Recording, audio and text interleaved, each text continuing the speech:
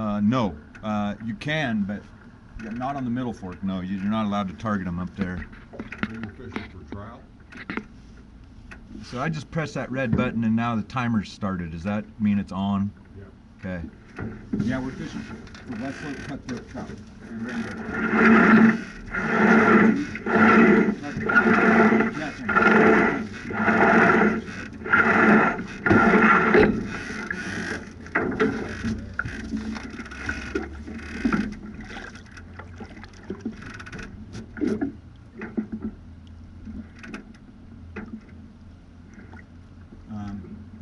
Sometimes when we hook into one of these fish, I get pretty excited. Okay. And it can feel kind of intense, you know, sometimes. And so, word of advice is to just focus on what you're doing. If you're fighting a fish, focus on keeping that rod bent. Yeah. If you're clearing rods, focus on what you're doing so you don't make, you know, compound the problem.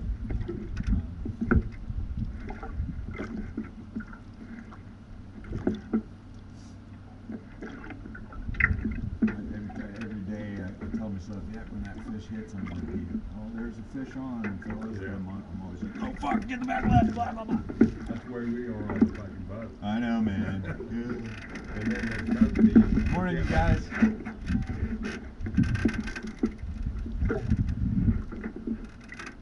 Hey, y'all should come fishing with us sometime. Oh, yeah? Come on. Not today.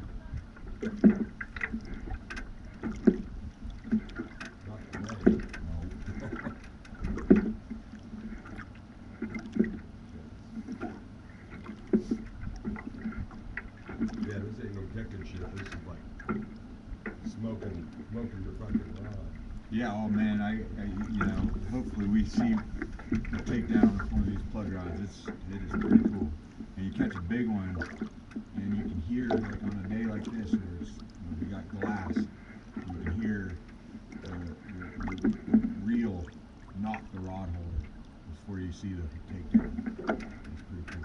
I did a lot of deep sea fishing in after 3.5 years. Yeah.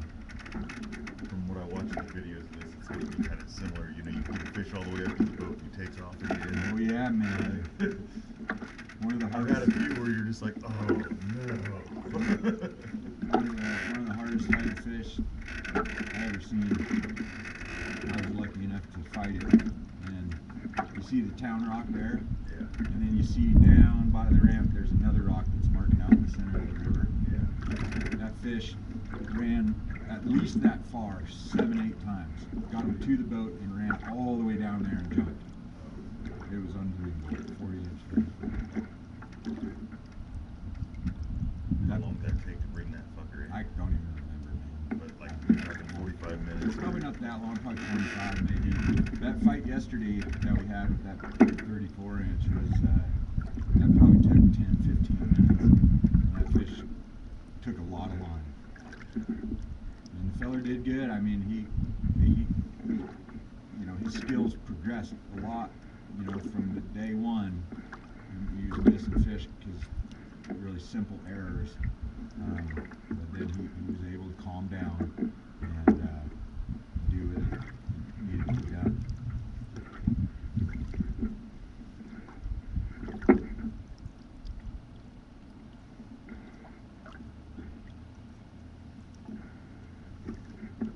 And it's just great.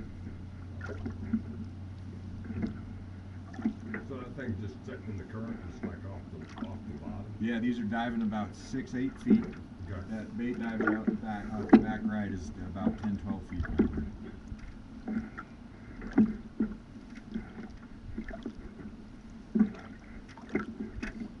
Now, your fish like swim through here, going up. Yeah, so to kind of describe their life cycle, these fish are heading up to the upper watershed to spawn.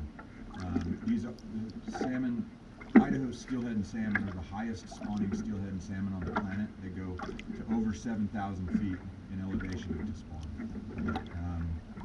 Now, they're looking for well-sorted cobble size in the riverbed. And the hens will arrive grounds and build a red, which is a nest like structure that's about as big as this boat, and she'll dig that red in the river bottom with her tail, and then she'll lay her eggs, and a buck will fertilize them, and the buck will die, and the hen will sit on the red for a period of time before she dies. Now the eggs will incubate and the juveniles will rear for almost 2 years before they migrate to the ocean. The upper part of the watershed is 900 miles away from the ocean, and they have a 2-week window to make that journey, and they're tiny fish at that time. They rely on high water to flush them out to the ocean. They're not swimming. They're actually facing upstream, just positioning themselves in the main vein of the flood. Now, they have 8 dams in between here in the ocean that they have to get through. 4 on the Snake and 4 on the Columbia. Those reservoir systems are very challenging for the fish to navigate through. Actually, they don't know to swim towards the dam or anything like that. They're just kind of, if they make it through without being preyed upon, those warm reservoir systems harbor predatory fish like bass and northern pike minnow and even some walleye. And then any fish that passes through a dam, each dam is responsible for a 12% mortality rate. So by the time the entirety of the population gets to the ocean, there's less than 1%. So those dams have really played a main role in the extinction of the species, which we're watching with our very eyes today. But they make it to the ocean, and an average Idaho steelhead will swim over 10,000 miles in its life in the ocean. Idaho steelhead is caught off the coast of Japan. If a fish returns from the salt after 1 year, we call it an A run. If they spend more years than that in the salt, we call them a B run. A lot of these B runs are big fish because they're going up the steepest parts of the watershed. They need to be big and strong so they can climb basically the waterfalls that exist. And so that's where we see them today in their life cycle. They're coming back up, and they'll spawn. They'll continue to run up into the upper part of the watershed until about April, May when they spawn. The B run naturally going to be some bigger, stronger. That's right. Bigger and stronger. A runs are still hard fighting too, especially the hens. But you hook into one of these big, heavy B runs. I mean, that fish we caught yesterday was over 20 pounds. It was real heavy in the net.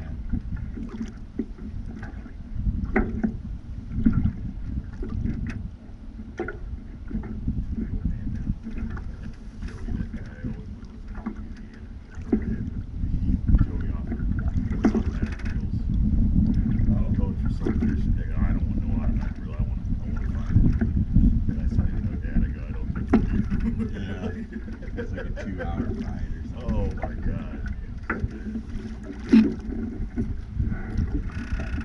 Don't be modest here.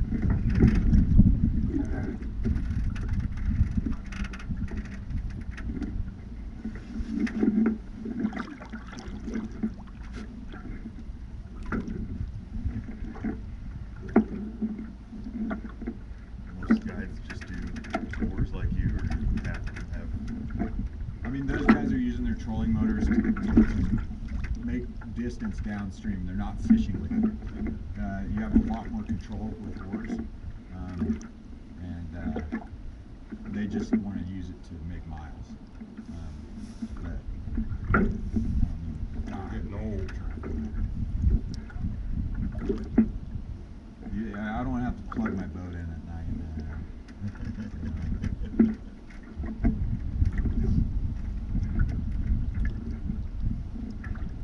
I don't want my hands getting that soft.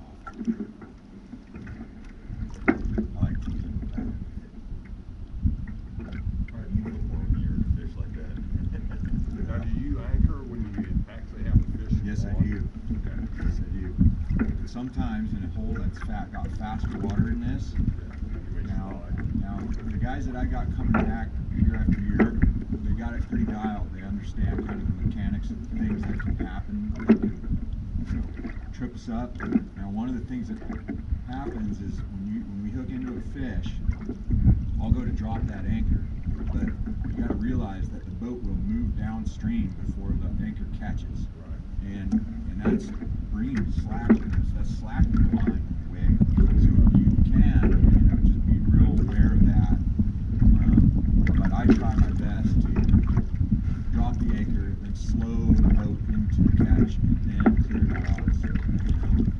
It's a whole sequence of events.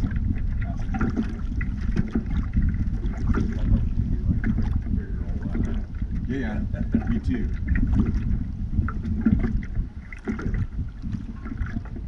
Pressure put on you and let the rest of the boat down. Well, I kind of hope you catch the first one. People miss fish. It's heartbreaking when it happens, but I'm not gonna be a dick to you or anything. No, I noticed on that video. No, but I got to worry about this guy. I got to ride all the way back. Yeah, you do. Oh, Roy, that guy missed plenty of his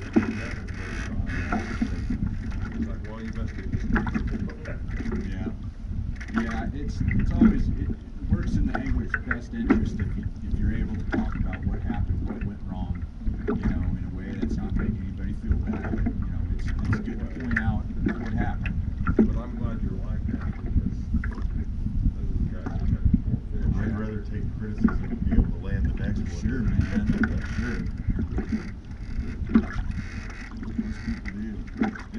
I get some guys that are pretty stuck in their ways and they don't want to be told anything, but I still tell them. Yeah. You tell me, I got like forget what I know, and listen to what you do. Yeah, that's right. It's different. Well, you guys, I may know how to fish, but I don't know how to do that. Sure. Hopefully after this trip, Yeah, man. I appreciate you guys.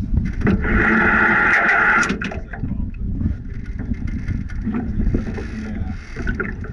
Like I said, there you go, make it fun. It's funny.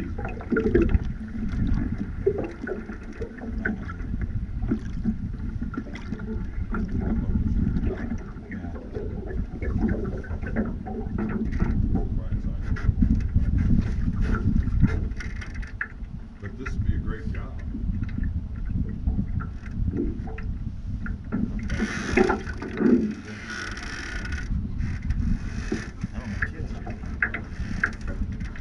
Yeah.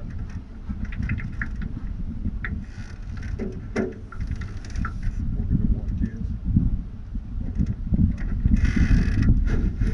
Like doing whatever the hell we want to do. You got the cartage in that.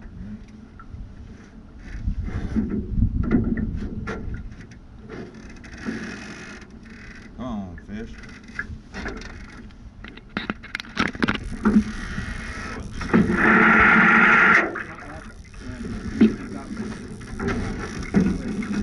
It's right here. Okay, just play him. I can bring the net.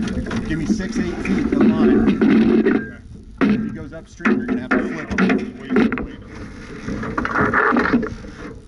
He's right here. Okay. Bring the rod over my head.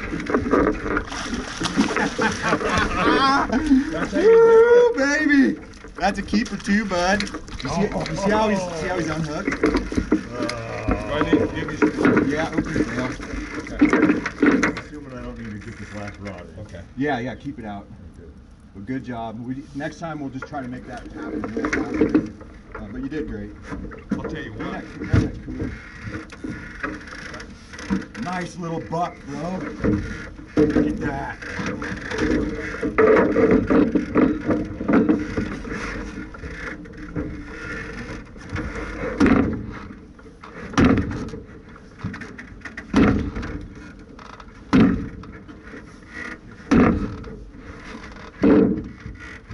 Yeah, boys.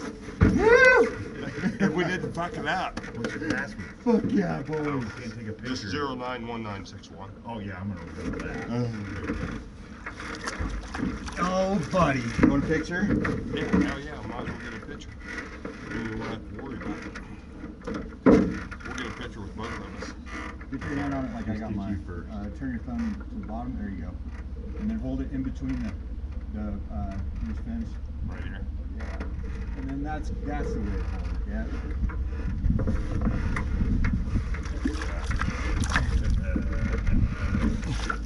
And I got most of the fight on video.